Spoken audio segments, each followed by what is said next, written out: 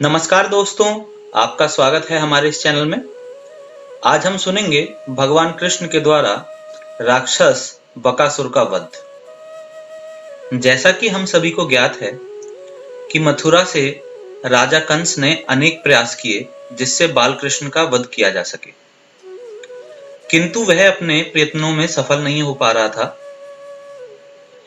इन्हीं प्रयत्नों के अंतर्गत कंस के एक दैत्य ने श्री कृष्ण को मारने के लिए एक बगुले का रूप धारण किया और बगुले का रूप धारण करने के ही कारण उसे बकासुर कहा गया।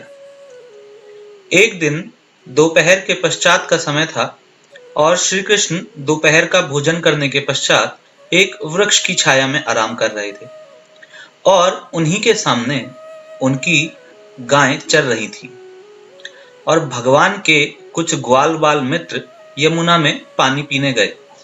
किंतु ग्वाल बाल जब पानी पीने बैठे तो एक भयानक जंतु को देखकर चित्कार कर उठे, क्योंकि वह जंतु था तो बगुले के आकार का, किंतु उसका मुख और चोंच बहुत ही अधिक बड़ी थी।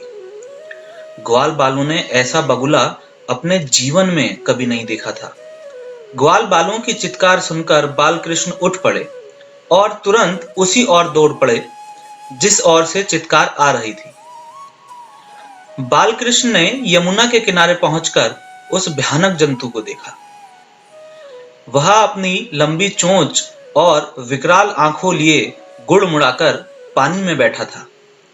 बाल कृष्ण उस भयानक जंतु को देखते ही पहचान गए कि वास्तव में यह कोई बगुला नहीं है, अपितु कोई दैत्य है।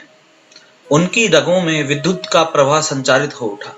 वे झपटकर बगुले के पास जहां पहुंचे और उसकी गर्दन पकड़ ली और उसकी गर्दन इतनी जोर से मरोड़ी कि उसकी आंखें बाहर निकल आईं तथा वह अपने असली रूप में प्रकट होकर धरती पर गिर पड़ा और वहीं ढेर हो गया।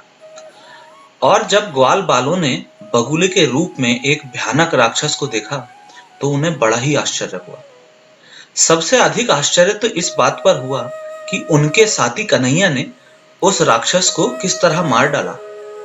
वे अपने कन्हैया को देवता समझने लगे। उन्होंने संध्या के समय गांव में जाकर कन्हैया की बहुत प्रशंसा करते हुए लोगों को बताया कि किस प्रकार कन्हैया ने एक भयानक दैत्य को, जो कि एक बगुले का रूप धारण किए हुए था, मार डाला है। किंतु वत्सासुर और बकासुर की मृत्यु की खबर सुनकर कंस चिंतित हो उठा और उसे समझने में तनिक भी देर नहीं लगी कि अवश्य ही नंद राय का पुत्र ही देवकी के गर्भ का 8वां बालक है। अतः कंस कृष्ण को हानि पहुंचाने के लिए अपने अनेक दैत्यों को वृंदावन भेजने लगा। तो मित्रों, यहीं ये कथा समाप्त हो जाती है और मैं आशा करता हूं कि आपको ये भगवान की मंगलमयी कथा बहुत अच्छी लगी होगी। तो इसलिए इस वीडियो को लाइक कीजिए, फैमिली फ्रेंड्स के साथ इसको शेयर कीजिए और अगर आप चाहते हैं आगे जानना कि कंस ने और किन राक्षसों को भगवान कृष्ण को मारने के लिए भेजा और उस कथा को सुनना चाहते हैं तो हमारे चैनल को सब्सक्राइब करना बिल्कुल भी ना भूलें।